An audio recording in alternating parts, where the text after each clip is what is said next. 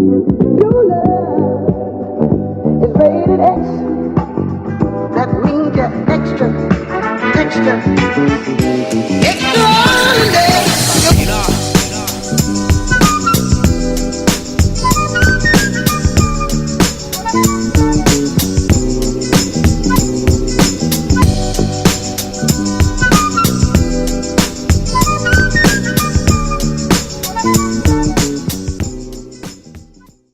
Hello everyone and welcome back to the Shankar Cooking Show. So today we'll be making some creamy mushroom risotto. So if you didn't know, risotto is a dish made from short grain rice that is cooked in a flavorful broth till a creamy consistency is achieved. Contrary to belief, risotto is actually not that hard to make. It just requires a little patience and attention to detail. And come on, who wouldn't want to learn how to make Gordon Ramsay's favorite dish? Damn, is that normal? Amazing Bazzini's risotto. Wow, that's extraordinary, no?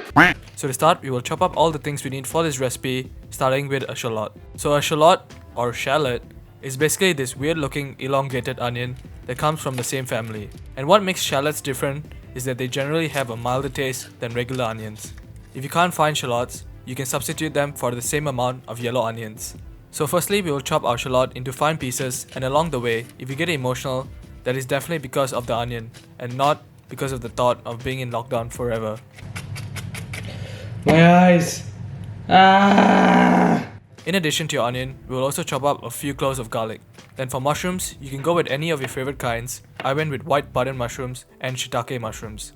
Then for our garnish, to make our dish look pretty, we will also chop up some chives, which honestly kind of looks like Starbucks straws. So as risotto is a dish that is cooked in broth, we obviously need to get some broth first. So to do that, we'll be using some chicken stock. So if you can find pre-made chicken stock, then that works great. But if not, then you can use the only cube I deem important in my life, which is a chicken stock cube. So if you're using chicken stock cubes, just follow the instructions on the packaging and prepare it accordingly. And if you're using already made chicken stock, make sure to heat it up and keep it warm by the side.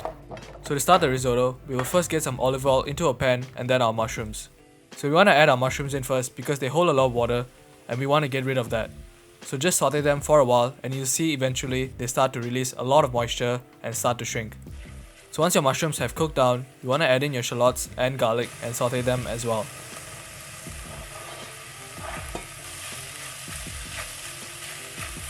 Next it's time to add in our rice. So we will be using this short grain rice called arborio rice. This rice is perfect for risotto because it has a lot of starch which helps make the dish very rich and creamy. So you just want to get your rice mixed in and toast it for about a minute. After that, you want to bust out the alcohol in the form of some dry white wine and add just a few glugs to deglaze the pan. If you don't want to use white wine, you can completely avoid this step and instead just add a touch of lemon juice to mimic the acidity that the wine brings to the dish. So you just want to cook the alcohol until there's no alcohol smell and most of it has been absorbed.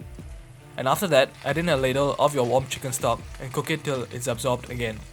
Remember to keep stirring constantly to keep the bottom from burning. So next is where the real patience comes in. So you want to repeat the whole process of adding chicken stock and letting it absorb till the rice is fully cooked, and this should take about 20 minutes. The consistency you're looking for is that the rice should be just cooked and still slightly runny. Alright, you want a dish that's rich and creamy and not rice that becomes glue and probably can be used as a frisbee. Oh, and also this was how much chicken stock was left from the initial amount seen earlier. So to finish up the risotto, we'll add in a knob of butter, season with some black pepper, some Parmesan cheese, some salt, and just mix everything in. To serve up, add it to your plate and finish with some more black pepper, a good sprinkle of Parmesan cheese, and finally your chopped Starbucks straws. So this recipe makes about 2 portions, so enjoy risotto with a loved one or your favorite person in the world, which is yourself.